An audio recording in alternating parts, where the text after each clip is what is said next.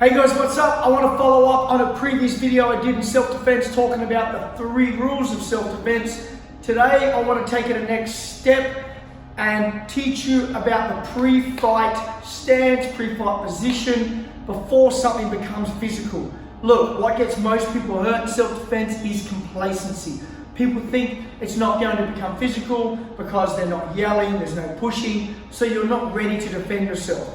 There is a way to be ready without looking like you are about to punch someone. Because you need to remember, in the eyes of the law, if you put your fist up to someone, even if you don't punch, this shows intention. In any language in the world, if you close your fist, it is pretty obvious that you have intention to punch someone.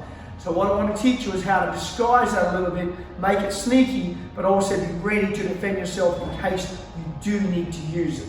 So, we talked about in previous rules about personal space. We know that. One of the rules, keep your distance.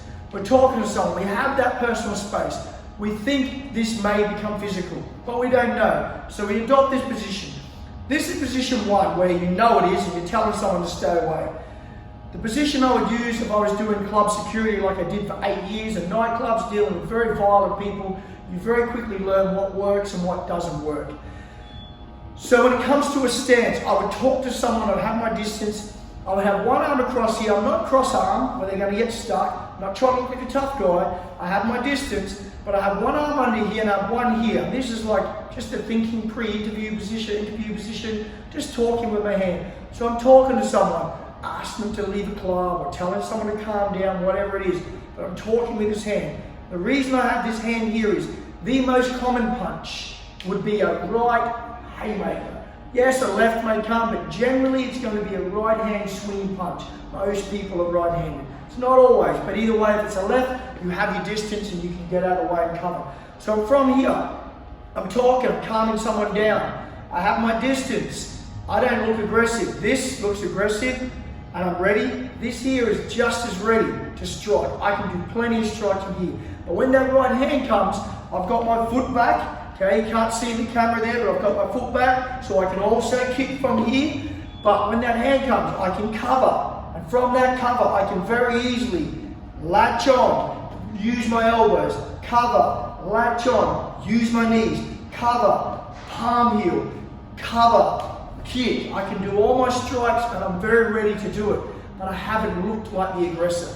So this is what I would call a pre-fight position, pre-fight stance, without looking like you're wanting trouble, but you are ready to defend yourself. Remember guys, complacency, that is what's going to get you hurt. Do not be complacent. Assume that this argument, this disagreement you're having is going to go bad. So that if it doesn't, you are ready anyway, okay? And you can walk away going, okay, well it didn't go bad, but I was ready in case. Guys, don't be complacent. I've seen it happen. I've seen much bigger men than me be hurt because they think they can argue with someone this close and they're going to see a headbutt coming. You will not see the headbutt coming. I'm someone who's done martial arts since 11 years old, so over 30 years, 35 years, a long time. But I'm telling you, if I was this close to someone, and even if you told me you were going to headbutt me on 3 and you did it, and my hands are by my side, I can't stop that headbutt. Do not dream, do not kid yourself. There's a lot of rubbish on social media teaching different styles of no-touch martial arts and so forth. Doesn't work. Guys, complacency. Do not be complacent. Personal space, pre-fight position, hands up, talk with your hands, cover, counter, cover. Next video, I'm going to show you an actual scenario. I'll have another person here and I'll show you how to deal with that. We'll go over some scenarios of how someone hits you, how to counter them, how to get out of the situation. And again, they'll be very simple, easy to learn. Hopefully I can help some of you guys out there.